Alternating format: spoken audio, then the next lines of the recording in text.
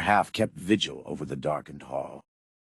"I will try to muster up the courage." "Lance," said non-committedly. "Well," Alistair said slowly, "as long as you don't try to shoot him." He finished, sparing a brief, withering glare for Michael. The Marine just shook his head and muttered, "I didn't know he'd look like that," under his breath. That was right. Michael had never seen Balmiel before. Likely seeing such a creature had prompted Michael's fight or flight, something that Hoplite didn't blame him for. After all, Balmiel was unique in its appearance. "Let's just get to bed," Elam said with a yawn. "I'm about to fall over, and I don't want to suffer the curse of consciousness any longer." "First," Twindle said, raising a single finger, "we're going to need Athena's blessing." "It will only take me a few moments. I need to make contact with one of her angels first." "Angels? Were they like Balmiel, or did every deity have their own kind of angel? Did they all work for the Pillar Gods?"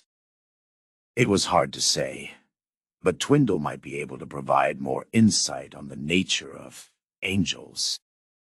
Alistair, too, could prove to be a valuable source of intel. After all, he was bound to Balmiel, who was an angel. Surely he must understand somewhat about how angels operate. Kidka then not so subtly cleared his throat, standing up straight before marching straight up to Hoplite, a nervous grin on his face. "While we wait for Twindle, well, what I want to say is, Kidka stuttered. "Do you want to Toma? Wait, no, sorry." He struggled. "I am changing. No, wait, that's not what I meant." "I am changeling," he continued, face scrunched up as if he were in agony. "I can't talk today. I am wanting to Tom call, bah!" Kidka shouted in frustration. Hoplite squinted at hearing Kidka's mouth salad. Was the man on some kind of narcotic? Why couldn't he talk correctly? He didn't look to be drunk, and despite Kidka's broken speech, Hoplite could not hear any slur in the pale man's tone. "What I meant to say is, I challenge you to Toma." Chapter 5. Thawing Hoplite considered his options as he stared down at Kidka. Should he disarm him before he had the chance to swing his blade? The man wasn't readying to fight just yet from the look of it. His hand was still well away from the hilt of his sword. He must have been waiting for Hoplite's reply. He supposed that he could just refuse the challenge, and he would need to. Tama was a fight to the death, from Hoplite's understanding. So why did Kidka want to die? There was no way that he'd stand a chance against Hoplite in a real conflict. Surely he was aware of that fact. Unless Toma was not strictly a fatal challenge. Was this just going to be a friendly bout? It didn't matter. He had no interest in participating in such a thing. It was a waste of energy. Kidka would be hungry after being defeated, and their resources needed to be conserved for the journey ahead. Hoplite said so aloud, causing Kidka's lips to purse. Twindle simply nodded along with his words, seeming to agree with his point of view on the matter. Kidka, however, did not seem keen on Hoplite's logic. "We could limit the duel to a single stroke," he reasoned, adjusting his red cape with a shaky hand. "We will both swing at once. Whoever gets closest to connecting first is the winner." "You can't win," Hoplite said simply, moving past him toward Michael and Lance, who stood a few dozen paces away, watching silently. Alistair whistled with an amused look on his face, and Elam grimaced, pinching the brow of his nose as Kidka growled out, "You don't know that." It was a strange tone, coming from such a socially awkward man. How had Hoplite offended him? It was merely a statement of fact. There was no possible way for Kidka to win. It was as simple as that. I do, Hoplite replied curtly as he continued his march. Michael stared at Kidka as if he'd gone insane. Of course, being a Marine, he knew just what Hoplite was capable of, and as such, he knew that Kidka could not possibly pull off a win. Are you scared of me, hero of the wall? Kidka asked with heat in his tone. Perhaps it is you who cannot defeat me. A strange heat spread from the back of Hoplite's head, spreading down to his neck and nearly causing him to shudder. Not with fear. This was an emotion he'd felt before in the heat of battle with the final kind, one he could easily recognize as it reddened his face and bulged his veins. It was rage. Why did such a small provocation irritate him so? It was childish and unbecoming of one of Turner's best, yet no matter how hard he tried, he could not seem to rein it in. Why did his cold discipline fail to cool the heat of anger welling up within him? Was this Kazon at work again, pushing him to the brink of blind fury? He briefly glanced at the faces of everyone else present, but found that they all seemed calm. They weren't snapping at one another or glaring in any way. All attention seemed purely focused on him and Kidka. Was this immature anger coming purely from Hoplite himself? Was there no outside factor forcing him into this borderline tantrum? A cold nervousness soon began to form a pit in his gut as he considered this fact. He did not want to become a person. Such a path led to dark places for his kind. What if he ended up betraying Lord Jin as he almost had after being lied to by Hoplite 25? He shook his head and kept walking away as he pondered this, his rancor cooling. What if? So you are scared? Kidka snarled, crossing his arms. I did not think that you would be a coward. Hoplite whirled with blurring speed and stomped over to the arrogant little man, his steps seeming to shake the whole rest stop as almost every single body moved to intercept his path. Lance grabbed onto his gauntlet and strained, trying to slow him, but failing as her heels dragged on the stone. Michael, with wide, frightful eyes, said something quickly to Hoplite, basically having to jog backwards to avoid being pushed over. With the red filling his vision and clouding his hearing, though, he found that the words were inaudible. Twindle had tried to grip Kidka's ear, but the man swatted her hand away as he continued to glare up at Hoplite's helmet, undeterred by the quick-approaching mass of metal. Alistair and Elam seemed to be trying to de-escalate Kidka, though their words and logic seemed to slide right off the man as he kept his steady gaze locked on Hop. Theopalu and Nolvi, for their part, seemed mostly uninterested in this turn of events.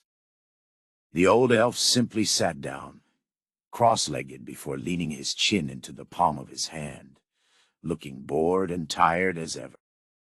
Nolvi only stared, though not at the coming conflict, but at the stonework at her feet. Somewhere in the back of his mind he was aware that he was acting like a child, but the anger flooding his veins seemed to have full control of him, and his icy discipline easily melted away from the heat of his fury. It felt almost like it had when Theopalu had angered him back in the wagon, though not quite as intense.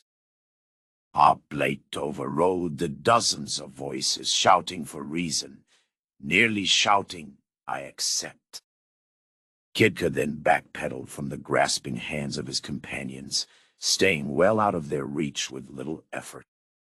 Hoplite shrugged out of Lance's grasp and stomped over to a clear space, well away from the observing party until he was standing directly across from his challenger. Kidka rested a hand on the blade of his sword, his stare as unwavering as Hoplite's own. I see that you two are dead set on this foolishness, but I will not allow you to kill one another.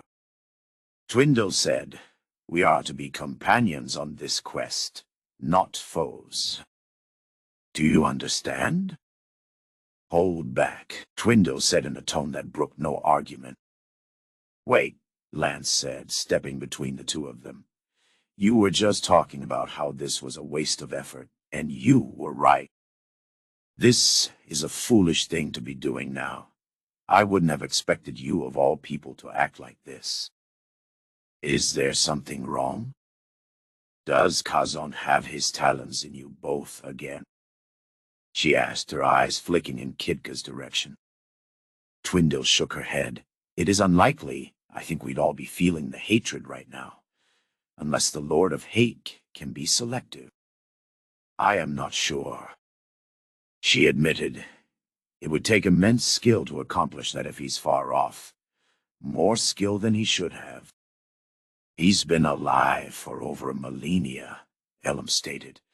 Maybe he can. Twindle shook her head. I do not think so. You should know how wily and fickle Foundation can be, if cast from a great distance. Elam nodded, scratching a single red cheek as he considered this. Lance's lips tightened as she glared up at Hoplite, if that's what's going on. Then why are you choosing to act like a bull-headed ape? She asked, wagging a finger right in front of his helmet. She had to stand on her tiptoes in order to accomplish this. Let's just go and get settled in for the night.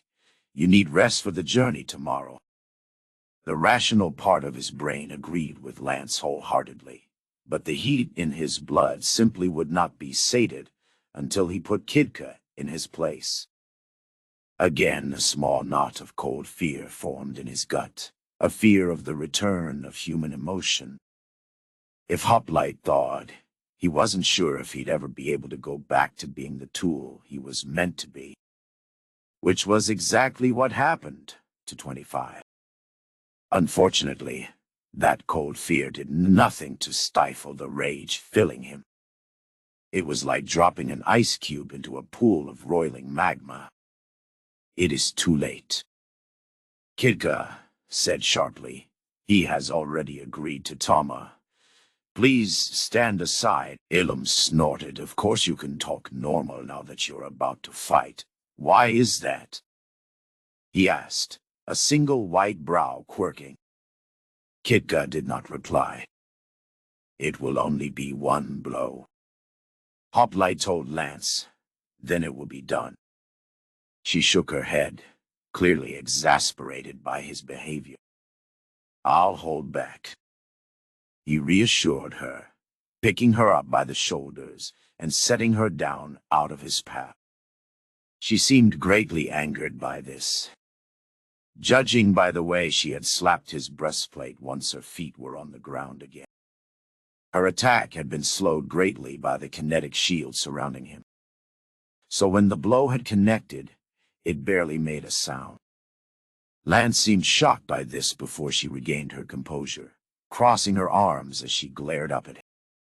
Don't do that again, she told him with a huff. And come on, you know this is stupid. You said it yourself. Why waste the energy? She asked irritatedly. This won't use up any significant amount. It isn't like this is going to be hard. Hoplite told her without turning his head. Kitka visibly bristled at the words, brows knitting together above a furious glare. He drew his longsword, holding it at the ready before approaching Hoplite. Elam, Twindle, Michael, and Alistair all stepped aside, forming an oval semicircle around them.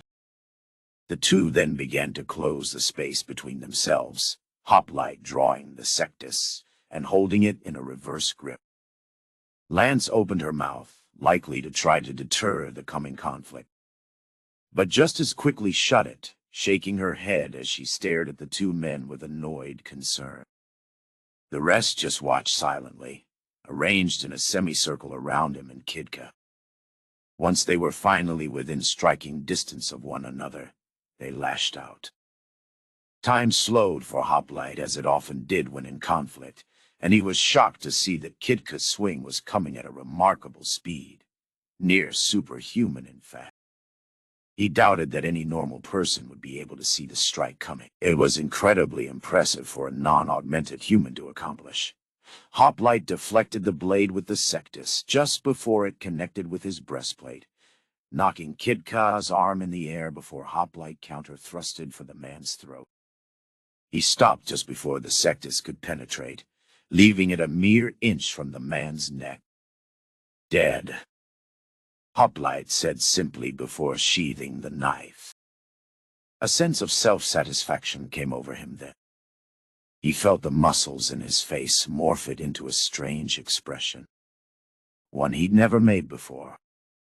The sides of his mouth quirked up in a smirk as his eyes narrowed lazily.